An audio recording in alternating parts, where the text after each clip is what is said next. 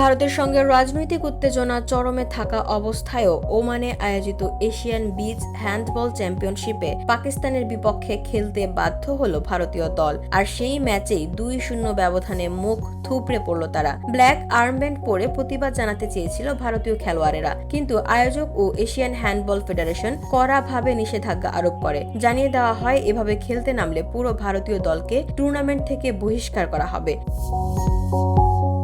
ভারতের হ্যান্ডবল ফেডারেশনের নির্বাহী পরিচালক আনন্দেশ্বর পান্ডে জানিয়েছেন, আন্তর্জাতিক হ্যান্ডবল ফেডারেশনের নিয়ম অনুযায়ী ম্যাচ বয়কট করলে আমাদের $10,000 জরিমানা এবং 2 বছরের জন্য আন্তর্জাতিক প্রতিযোগিতা থেকে নিষেধাজ্ঞার মুখে পড়তে হতো। এমন পরিস্থিতিতে ভারতীয় দল ম্যাচটি খেললেও জয় এনে দিতে পারেনি। মাস্কাটের সুলতান কাবুস স্পোর্টস কমপ্লেক্সে অনুষ্ঠিত গ্রুপ পর্বের ওই ম্যাচে পাকিস্তান অনায়াসে 2-0 ব্যবধানে পরাজিত করে প্রতিবেশী প্রতিপক্ষকে। ভারতীয় দলের শুরুতে ম্যাচটি বয়কটের চিন্তা ভাবনা চলছিল, কারণ দেশ জুড়ে পাকিস্তানের বিরুদ্ধে ব্যাপক ক্ষোভ বিরাজ করছে।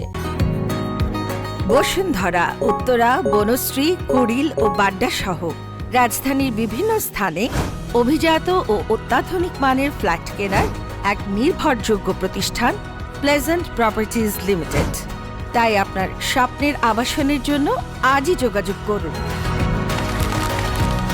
Pleasant properties limited, where destiny matches eventually.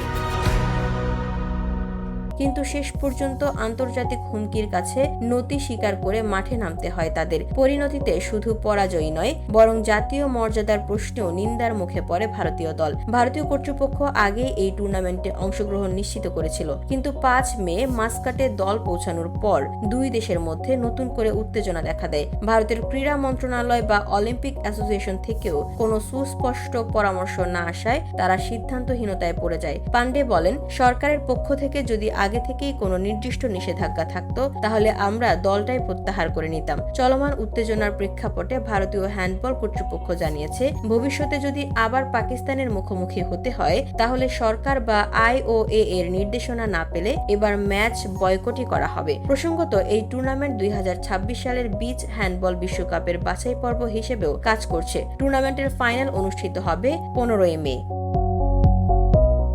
VOD Bangla news desk.